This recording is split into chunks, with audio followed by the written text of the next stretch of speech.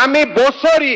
নতুন নতুন চাকৰি আমি দি থাকিম পুলিশ বেটেলিয়ন ফৰেষ্ট বেটেলিয়ন আমাৰ কাম চলি থাকিব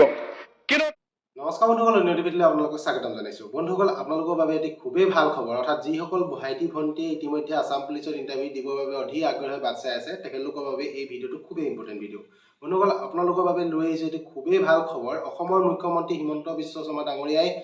অৰ্থাৎ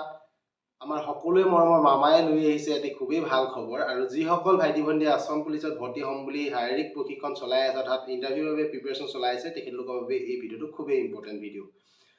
অসমৰ মুখ্যমন্ত্ৰী হিমন্ত বিশ্ব শৰ্মা ডাঙৰীয়াই ঘোষণা কৰিছে যে জুলাই মাহত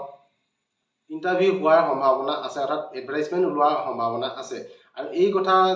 মই কোৱা নাই অসমৰ মুখ্যমন্ত্ৰী ডাঙৰীয়াই তেখেতে এটা ভাষণত ঘোষণা কৰিছিলে যে অসম আৰক্ষীৰ লগতে ফৰেষ্ট বেটেলিয়নত কিছুমান পদ ওলাব এই পদসমূহ আপোনালোকৰ যদি যোগ্য হয় অৰ্থাৎ আপোনালোকে যদি